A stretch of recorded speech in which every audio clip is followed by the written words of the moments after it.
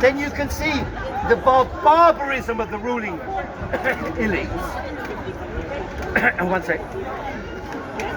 The barbarism of the ruling elites is also carried out against us here. The point is, what they've done in Gaza is what they'll do to you tomorrow. That's the point. You think they're not preparing for urban warfare, for civil war in America and in Europe? It's exactly what they're preparing for. And when Suella Braverman, Priti Patel started out with their hate marches, there was nothing going on. These demonstrations that they called hate marches were perfectly peaceful civil demonstrations. Now they started, as in Gaza. In Gaza, there has been the highest rate of mortality amongst journalists in the history of warfare. But it's not just that. Many journalists from Britain have been arrested under terrorism laws for putting forward their point of view. There's a guy called Richard Medhurst, long-standing Christian journalist. They accused him of being a member of Hamas and detained him under terrorism laws. Not only in Britain, but also in Switzerland and in Austria. In other words, there's an international conspiracy by the Zionist lobby, in conjunction with the police, in conjunction with the intelligence agencies, in conjunction with the governments of Europe, to repress any disagreement about Palestine. Any disagreement must be repressed. And the way to repress it is to repress the journalists, to scare one, as Napoleon Bonaparte used to say, pour encourager les autres, to encourage the others to behave properly, to act in fear. And that's the idea, that's what they did with the COVID story as well. Don't join the demonstration, don't join the protest, don't campaign for your rights, because you'll die if you do. And everyone's gonna die if you do. That was what they told you. So that you avoided demonstrating, you avoided protesting, and you cowered at home behind a mask and stood 2 meters apart when they told you to outside the supermarket. There are still signs on the floor in London, all around the city. Even some shops have still got signs. Stand 2 meters apart. Queue up here, queue up there. What do you think? You can't do that to a sheep. You can't do that to a dog. You can't do that to a rat. You can't do that you can't train any animal to behave in that way. And yet they managed to do that with the Brits. And now when they drop bombs on Gaza, people are, well, at least we don't have, they don't say it, but at least we don't have COVID anymore. At least we don't have COVID anymore. At least we can go out to a party, go down to, it might be much more expensive, but at least the bombs are in Ukraine, or the bombs are in Gaza, so it's not really us anymore, is it? We're not facing that type of stuff. The point is, the people who are conducting this barbarism are the people who rule over Britain, France, Germany, America, and England. You can go, my friend is at the encampment outside the American embassy. Well, there are demonstrations once a month at least, national demonstrations they call them. Where do you go from? Yesterday some people were on the demonstration here. You go from, where is it? Embankment to Embankment. Embankment, past Parliament, back to Embankment, or something of that nature. In other words, from nowhere to nowhere for nothing. And then you go and listen. It's a long walk, but who do you pass? Who do you talk to? Who do you speak to? Who do you win over? Nobody. Why is that? Because the reality is that historically, people tend to live in the past. They carry the weight of the past on their shoulders. So people have a trajectory. Normally, I behave this way, so I'll continue to behave this way. I contacted some of the people from Stop the War. I said, why are you marching in a circle, passing nobody, getting no interest by anybody? Why are you doing that? I said, you've done this now for 2 years. Why are you doing it? Why are you going in a circle? So what are you talking about? One of them wrote to me, said, I decided the route of the demo. I said, well, that's the problem. I said, that's the problem. You got 300,000 people going on a demo, and you deciding. And who elected you to decide? Who decided? It was decided in 2001. I remember when it was decided what group would lead the anti-war movement in Britain. I know, because I was a contender. I went down to Trafalgar Square on the day the bombing of Afghanistan started.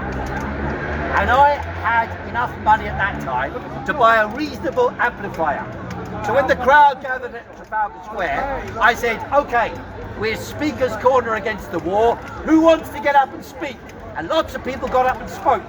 And so the Stop the War people, the people who wanted to set up Stop the War, they saw this and they had a little gang of their own members of what was then the Socialist Workers' Party. Then they turned around as one of them, I won't name him, but anyway, he's quite well known. He's one of their leaders.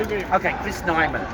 He turned around and he got it. Didn't take much, did it? He pulled out his megaphone and he goes, "Come and join us! March them to Downing Street!" And so they marched them down to Downing Street in order to chant at each other. Do not overthrow. There is no such country as Palestine, and you know it. Palestine's already been freed. It's called Israel. You are welcome to come and discuss. Are you a war criminal, my friend? No. No. Okay. You from Israel? Hamas are war criminals. Are you from Israel? Hamas are war Are criminals. you from Israel? He's from India. He's from India, yeah. Hamas Unfortunately, are war criminals. They went his over and Indian flag? murdered women and gone. children. how many people were supposed to have been murdered? Nearly 2,000. No, 1,000. I mean, come on. Has anybody ever heard nearly 2,000? According to the news, you can check every day because they always repeat that number. 1,200 people were killed. How many of them were killed by Israel? None were killed by Israel. None were killed by Israel. It's reckoned about 300 out of the 1,200 were killed by Israel. How many babies were put in ovens? None. Although the news story said babies were put in ovens and killed. How many women were raped by Hamas? How many women were raped? So you think you're telling me those How many videos women were raped? You're telling me those videos are fake, are you? You're What videos? You're a What revisionist. videos? You're a revisionist historian. What video? You are a revisionist historian. hang on. You're This talking gentleman here. about a country that doesn't exist. You're talking about a region. There is no such thing. Find me a single historical reference before 1960 to a Palestinian people. You will find that there are Arab leaders at the time saying there is no such thing as a Palestinian people. I'm sorry, but the land last was week- allocated to Israel by the League of Nations and then basically validated by the creation of the State of Israel in 1948. The gentleman here which wanted- you are calling... Heiko, I think I'm just wasting your time. The gentleman here wanted to say 1,200 people. He couldn't come the right Answer number. the question He on couldn't the get the right Palestinian number. people. But Answer the question. 1,200. Answer the question on the fictitious Sorry, are Palestinian... you Piers Morgan reincarnated? Yeah. I didn't realise. What's that? Yeah. Oh, I see. All these references. But you I won't don't answer know. my question. I There is no such thing as a Palestinian I didn't people know I had or to state. answer every question all at once. You Well, were there's two talking about questions. historical revisionism. Now Two you things you want mentioned, to engage you in. said, I'm not taking any notice of October the 7th. But what notice are you taking of the daily bombardment since October the 7th by the Israelis against women and children? No, they're not. What Hamas notice are are hiding you behind taking? them. Hamas are hiding behind them. You know, So they are deliberately targeting their own It's children. like talking to this moron, No, I'm not. Douglas Murray. It's like talking to Well, him. if I take a gun and hide behind you, like Hamas hide behind their women and children, they're going to get killed. It's not rocket science. It's not rocket science. You read your How many are BBC. gonna- how Read many your are gonna get BBC. killed? The IDF have given warnings to buildings saying they're going to destroy it because Hamas they know are operating how many there. buildings And they remain? have basically How many given buildings remain now, having given those warnings? Probably not to- many to because the- Hamas to the are Hamas? operating everywhere. How many Hamas members are there, for God's sake? The IDF are now If you've got liberating to kill The IDF are 50,000 people, liberating if Gaza. you've got to kill 50,000 people in order to eradicate Hamas, how many Hamas members are there? I mean, Hamas whenever won't come someone's out and released, fight, that's why. oh, Hamas won't come out and fight. The No, they hide in tunnels. The Israelis, you They know, hide in when they go tunnels. to war, the Israelis, they hide behind armoured vehicles. They wear nappies, so they shit in their pants, so that when they go and fight, they're protected against being killed. Because the Bulletproof vests are a Israelis, good idea in war, the mate. Israelis Bulletproof cannot vests are a good fight, idea in war. as you say, man to man.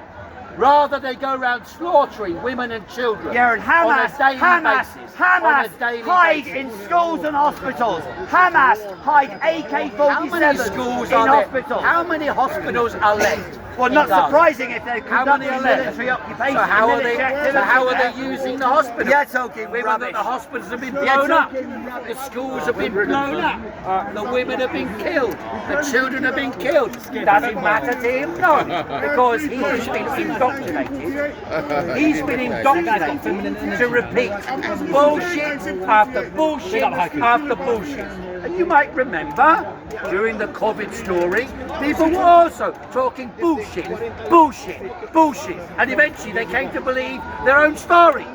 Now we've got bullshit about war by the Hamas against Israel. In fact, all that happened on October the 7th, with some excess, I'm not denying, but all that happened. Now Hamas is the greatest excuse. Killing him for decades before Hamas. You He had to understand? go, man. He had to run. He had to run the All guy. that Enough happened. is enough. Enough is Couldn't stand and enough. defend his position. Listen here, How I can can you show you a defend the picture of indefensible? my granddad.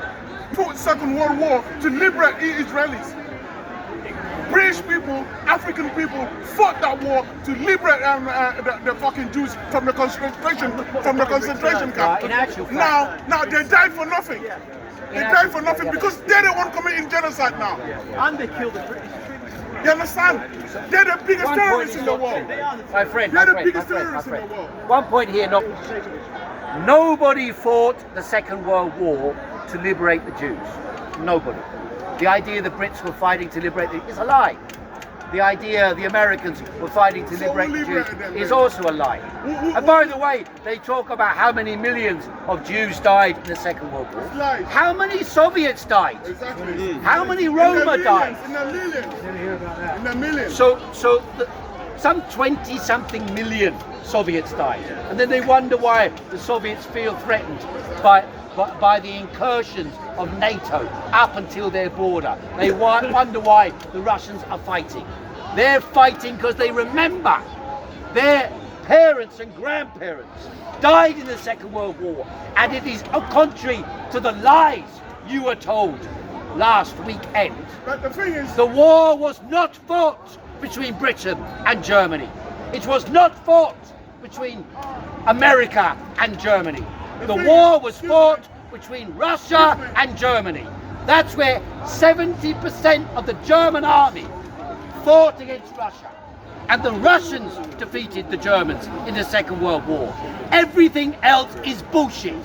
The British, the Battle of Britain.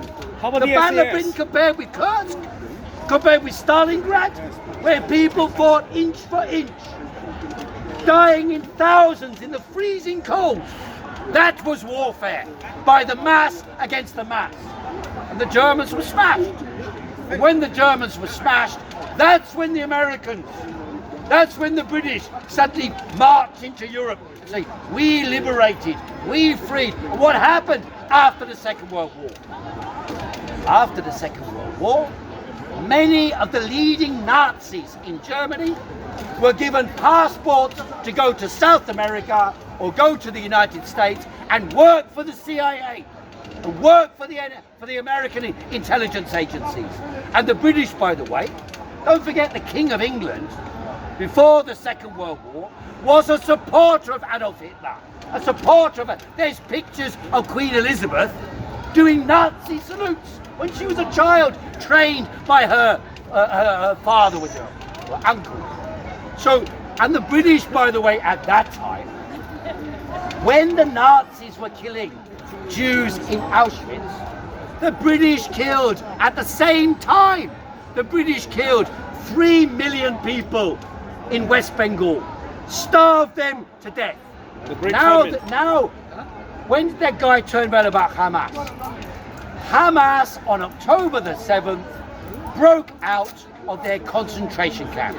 As surely as in the Warsaw Ghetto, the people, or the Jewish people in the Warsaw Ghetto, rose up against the Nazis. There is no fundamental difference between what happened then. Yes, there is some excess. In any war, there is some excess, but not like what you're seeing.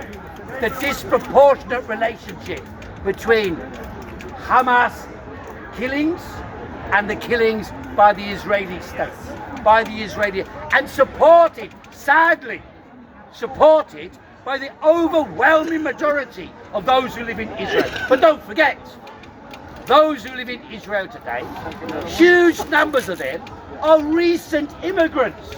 So it's farcical that Donald Trump and his entourage, that Nigel Farage and his entourage are all gung-ho cheerleaders for Israel at the same time as they scream and shout, immigration, immigration, immigration, immigration. What the hell is Israel? Apart from a nation that constantly brings about immigration by Americans, by Russians, by East Europeans, all invited into Israel, given privileged positions in an apartheid state to murder and kill the Palestinians. That's the reality of what's going on. And if there was equal rights between the Palestinians and the Israelis, even now, and the Palestinians returned home, they would be in the majority. And the Israelis would have to live with them in peace if they want to live with them in peace. Otherwise, they can do what Nigel Farage and Donald Trump would like to say. They can bugger off back to where they came from, because most of them who came in those circumstances have got two passports. Israeli and American, Israeli and Russian, Israeli and Czech, Israeli and British, Israeli and any of the European countries. And so how can anybody who is honest, who's got any morality, who's got a brain in their head, who bothers to study anything in history, how can anybody cheer these people on? Like this idiot. People thought these people were clever. Jordan Peterson. What a jerk. What a jerk. Every time he's like, go get him. Go kill him. Hamas is doing this. Hamas is doing that. All that shit that guy earlier on said. Hamas is hiding behind a baby, so we must blow up the baby. That's what they're saying. But they've got 10 babies surrounding every Hamas fighter. If that's the case, how comes is it? Whenever Hamas release people, hostages they captured, they got a fist bump with a person who captured. Even some of the soldiers give the Hamas fighters a hug. Clearly they've been doing something right. They look more healthy than the Palestinians. And they look more healthy than they've made sure. That guy Ethan last week, the American guy, looks fit as a fiddle. Fit as a fiddle. I'm sure he's been through trauma. Who else? How can you not be through trauma when bombs are landing around you every few minutes, and when people, men, women and children are being slaughtered by the Israelis? By the way, one of the reasons I complain about Stop the War Coalition, if you wanted to target the main loci of power supporting Israel, well, it's in Soho Square. There's a building there run by Palantir. Palantir is the #1 technological company organising and orchestrating the slaughter of the Palestinian people. And yet there's only been 1 or 2 protests there. Google, luckily, I think 2 weeks ago, there was a story in the news that the Google workers, these are high paid, £300,000-400,000 people they're paid to do their technological work on artificial intelligence. And they were asked to join a trade union when Google decided to use its artificial intelligence to support the Israeli army in carrying out the slaughters. This jerk in the Prime Minister of England, Keir Starmer, moans and groans about the conflict in the world, and yet he is directly, the British Air Force give logistical support to the Israelis when they carry out the slaughter against the Palestinian people. So you should reject. I'm not saying there are no problems with immigration. The problems with immigration generally stem from the global economic system. That global economic system means people live in penury in huge swathes of the world, and therefore they're desperate to escape. Last year I went to the Canary Islands. You go to the Canary, it's 250 miles from Africa to the Canary Islands. Rough seas regularly, yet people jump on the boat because they have no hope for their lives where they live. You think people who've made it across the Sahara Desert to Libya, to jump on a boat, to go to Europe, you think those people aren't hard, aren't tough, and don't give a shit if they drown? They don't care if they drown. That's the point. So if you've got a world where people don't care if they drown, of course you're going to have mass migration when poverty strikes huge swathes of the world. And where 8 people, this was a few years back, it's less now, 8 people own more wealth than half of the world's population. 150 companies control 50% of the wealth in the world. And then they turn around, oh yeah, but you've got to worry about your neighbour who's a migrant. You've got to worry about people coming on a boat. You couldn't make it up. Meanwhile, they go and slaughter them and bomb them and destroy them economically, militarily, diplomatically. They destroy these countries. And then they turn around to you and say, oh, yeah, by the neighbour. Look, the Muslims are coming, going to steal your jobs, rape your children. That's the story they want to tell you. To manipulate your mind, to focus on things that are not the cause of the problems. Now, that doesn't mean there aren't criminal gangs. Are there criminal gangs amongst Albanians? Yes. Are there criminal gangs in the leadership of the elite corporations in Britain? Yes, they are the organisers of the criminal gangs. Rothschild, the criminal. Well, it's more than Rothschild. You see, the mistake many people made. Oh, it's Klaus Schwab. Klaus Schwab's gone now. Is there anyone else? Yes, there's a myriad of these heads, you know. It's like a multi-headed hydra. You chop off one, another comes. Chop off one, another comes. But of course, it is still important to chop off some. And the one we need to chop off, although it's a massive, gigantic global battle, the one we need to chop off is chop the head of Israel off. We need to destroy Israel, eradicate Israel, because Israel has decided that it must destroy the others in order to survive. That means Israel itself must be destroyed. That doesn't mean the Jews must leave. The Jews must live in peace and harmony with the Palestinian people, to whom they should return their lands. Thanks very much. Heiko, Khoo, everybody!